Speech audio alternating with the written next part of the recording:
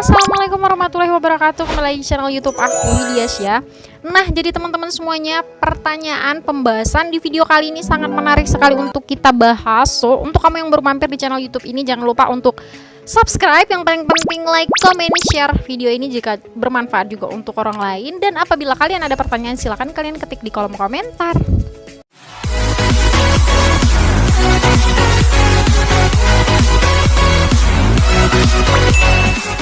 Seperti biasa, sebelum ke pembahasan, aku tanya kabar kalian dulu gimana. Semoga selalu sehat ya, dijaga anak dan keluarganya. Nah, jadi teman-teman semuanya dari Sabang sampai Merauke untuk orang tua ataupun para guru ya, pertanyaan ini sangat menarik sekali untuk kita bahas karena ini sering kali terjadi pada kegiatan sehari-hari, tentunya di lingkungan sekolah. Jadi pertanyaan kali ini dari subscriber YouTube yang bertanya ya, pembahasan video kali ini. Adapun pertanyaannya yaitu, anakku PAUD kadang sering rebut-rebutan sama anak yang lain. Sering direbut maksudnya ya, mungkin mainan anaknya atau tempat duduk mungkin sering direbut ya. Pernah dipukul sama teman, biasanya ada anak yang langsung balas. Nah, bener nggak kalau saya menasehati jangan dibalas, lapor aja sama guru. Tapi kalau terus-terusan boleh mukul balik tidak? Terima kasih untuk Bedan Link yang udah mengajukan pertanyaan ini, sangat benar-benar yang sering terjadi ya, realitanya di kehidupan sehari-hari, tentunya di lingkungan sekolah. Jangankan pada sesama anak, sebagai guru pun terkadang sering kena pukulan-pukulan kecil dari anak-anak gitu ya. Adapun yang pertama kita bahas dulu ketika mainan anak direbut atau sesuatu hal direbut ya, Bunda, ini berdasarkan pendapat Bunda Eli Risman, seorang psikolog anak, bahwa beliau menyatakan ketika mainan anak Anda direbut, ajarkan anak Anda untuk mempertahankan haknya. Artinya di sini anak kita harus punya pertahanan terhadap barang yang dia punya gitu. Jangan alihkan dengan pemberian mainan yang lain. Misalkan banyak ya di realitas sekarang gitu, ketika mainan anak direbut, ya udah si A, misalkan si Ani ataupun sama si Ana, misalkan mainan si Ani direbut sama si Ana gitu kan. Kemudian orang tua si Ani, yaudah ini Ani main yang ini aja, jangan dialihkan. Karena hal yang malah mengalihkan seperti ini malah mengajarkan anak untuk menghindari suatu masalah. Ini berdasarkan pendapat dari Bunda Eli, seorang psikolog anak. Nah, itu emang benar gitu. Kita harus mengajarkan anak untuk mempertahankan haknya dari sejak dini gitu. Nah, seharusnya yang mengalah itu bukan anak kita, akan tetapi anak yang merebut mainanlah yang harusnya mengembalikan apa yang bukan menjadi haknya.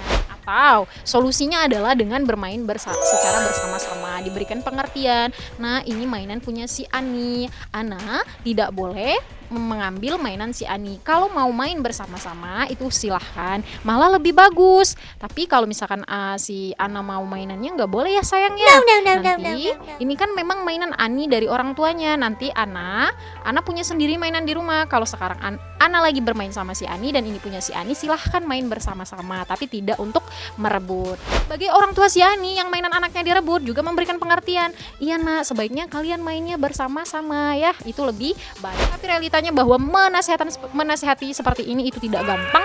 Nah, itulah perlunya bonding dari orang tua dari dalam lingkungan keluarga itu dari sejak dini, bahwa ketika mainannya direbut dia harus mempertahankan haknya, dan sebagai orang tua jangan sekali-sekali lagi untuk mengalihkan dengan permainan yang lain. Paham ya sampai di situ? Itu tentang rebutan mainan ataupun sesuatu yang ada pada anak.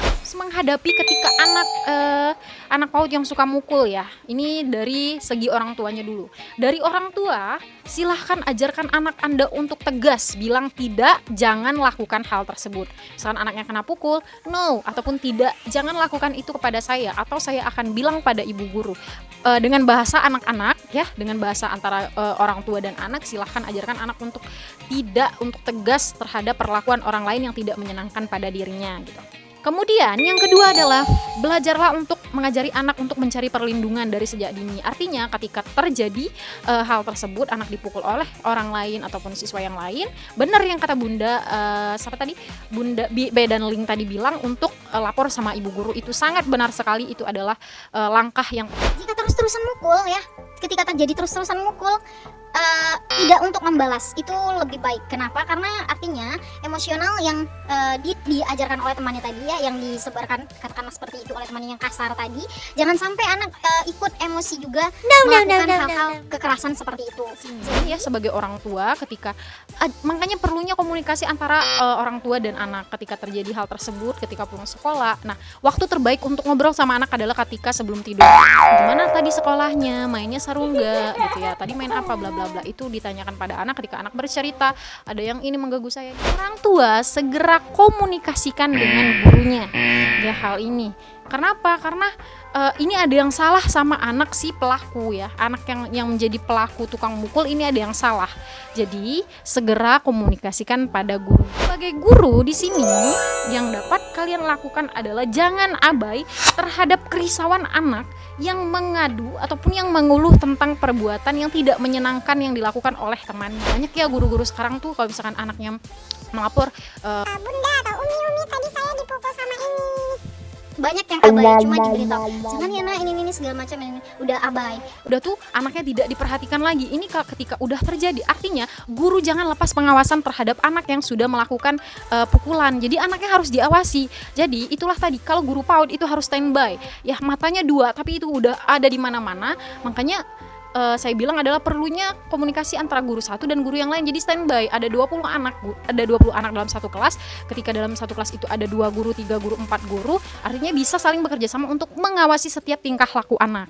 Jangan abai terhadap keluhan dari sang anak gitu. Segera peka apa nih yang salah gitu, dicari tahu anaknya, segera diawasi. Kedua adalah mulailah identifikasi, melakukan cari identifikasi di sini maksudnya cari tahu latar belakang anak ini, kenapa dia bisa menjadi seorang anak yang keras, kenapa dia bisa emosionalnya tidak terkontrol, kenapa dia bisa mukul, apakah ada perlakuan yang tidak menyenangkan dari keluarganya, segala macam. Yang ketiga adalah pendekatan. Ketika sudah mengetahui akar permasalahannya di mana, silahkan lakukan pendekatan dengan anak. Dan yang paling penting adalah jika ini menyangkut keluarganya, silahkan komunikasikan dengan keluarganya. Dan proses identifikasi pun bisa dicari tahu lewat keluarganya ataupun teman sekitarnya ataupun tetangganya yang mungkin ibu guru kenal gitu ya. Nah, jadi jangan anggap sepele dan abai ya, apalagi ini sudah merujuk pada bullying gitu ya. Hati-hati gitu terhadap mental seorang anak kecil. Semoga bermanfaat B dan Link ya solusinya. Lebih dan kurang saya mohon maaf, silahkan diterapkan. Sekian dulu di video kali ini. Untuk kamu yang mau bertanya lagi, silahkan ketik di kolom komentar. Jangan lupa untuk subscribe, like, komen, dan share video ini. Sampai jumpa. Assalamualaikum warahmatullahi wabarakatuh.